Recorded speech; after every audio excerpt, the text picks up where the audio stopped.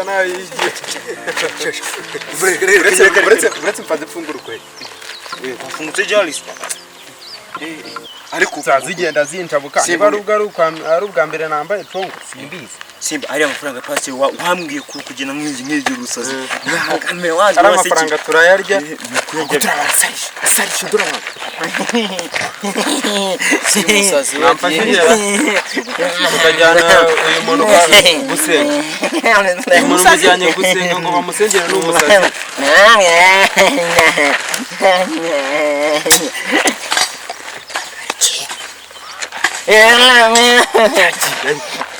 Yari kuba muzima.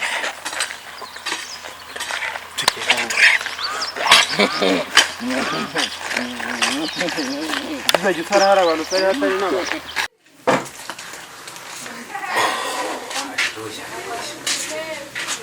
Amadayimoni ndayavuye rero. Ndagusengeye ndabizi neza urakize. Uransengeye se umva nsengeye ibi cyangwa kamwereke nkubwire. Nyishura warabaza urubyaro. Narabuze urubyaro se ntabwo mvuye kugusengera mu cyumba cy'amasengesho imyuka mibi yose uri umukozi w'Imana mu buryo bundi dukoresha umukozi w'Imana akoresheje umubiri we kuwawe ibibazo byose babikemutse nkarasa urubyaro wowe umubiri we wagiye mu wawe biba byarangiye nyishura iki nyishura muri wishyuza umukozi w'Imana umukozi w'Imana usengeye umuntu baramwishyuza ubuse bira twari turi gukora ni ukuvuga yuko hari uri kumva ahubwo nawe wakagoye gutura ariko wibuke ko uzabona urubyaro ntabwo ushaka kubona urubyaro uragira ngo nguteze abakristo mu rusengero sibyo gira vuba vuba waba neza nyishyura reka twumvikane ntabwo ngusengeye urashaka kuyishyuza andi mafaranga y'iki koko ndaje mbibwira abakristo bose mu rusengero rwose mbabwira ndabibabwira uranyishyura cyangwa iyo bari buturi uyu munsi uraza ko yampereza yose hanyuma rero amaturo yose ntabwo nayaguha nawe urabizi abapasiteri umurimo dukora amaturo akora ibintu byinshi ku rusengero ufasha basi yenda ndaguha 1/5 mu maturo turi buze gutura pasiteri ntabwo bishoboka ntabwo wambwira ngo uyu munsi ngo urayatura ahubwo uzababwira yuko hari ibyo ikindi gikorwa wakoze urayampereza n'ikijya mu pasiteri ubeshya koko ubeshya urabibabwira none se kuki wowe wambeshye yuko hari ugiye kumvura ubu hari ari kumvura ibyaha uri gukora abagore se twatangiye ndimo ndagusengera noneho uko umuntu asengera ukorakora ahantu hose oya ntabwo tugenda nimba wemeje ndaguha 1/2 ndashaka yose koko waretse nkaguha 1/2 ntabwo nyashaka ubundi ubyange ubundi ndarwana nawe 1/2 ugifate cyangwa ubireke yose nushaka ubireke ubundi surabwirwa n'icyo twatuye nanjye ndabivuga pastor abakristo twahageze mwene data useta ko uzijya pastor ankoreye ndamusengeye arakize pastor niba gukozaho riraka mukandi bakira mfite amavuta amen tuza kuzamuka yewe biruhanya tuza kuzamuka yewe biruhanya tuza kuzamuka wowe urushya abagabo tuza kuzamuka yewe biruhanya tuza kuzamuka yewe biruhanya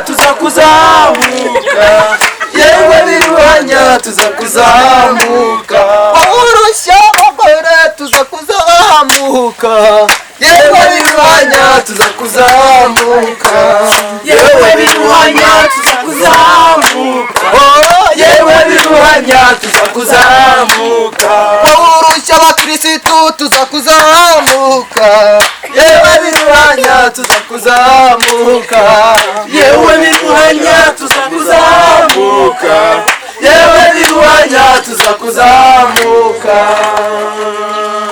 Haleluya amen bene data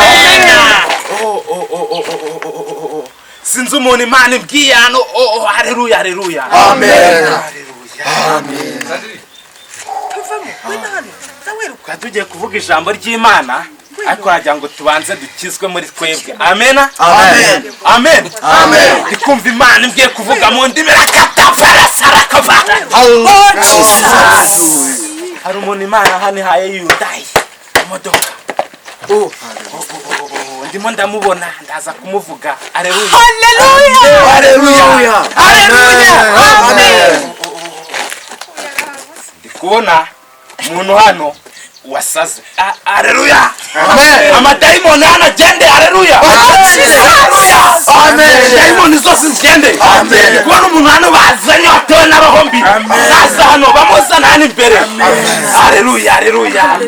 Haleluya. Amen. Ngiye kugusengera mu izina rya Yesu. Arakira. Arakira. Ntimugire ubwoba. Uvuge ngo arakira. Arakira. Haleluya. Haleluya. Amen. Haleluya. Urakira. Dayimoni mu izina rya Yesu. Satani. Haleluya. Urushi. Dayimoni. Fire. Fire. Haleluya. Pastor avuye ku icumu. Amen. Amen. Amen. Amen. Fire. Fire. Dayimoni. Amen. Ikwiye gukubitwa. Amen. Nikubitwa mu izina rya Yesu. Gukubitwa mu izina rya Haleluya.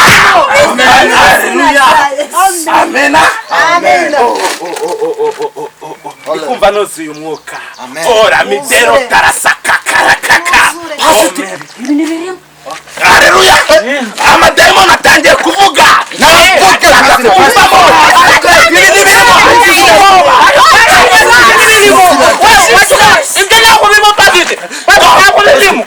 amufasha arimo arafata. Haleluya. Amen. Mu bintu twavuganye tumusengere. Haleluya. twavuganye ibyo Haleluya.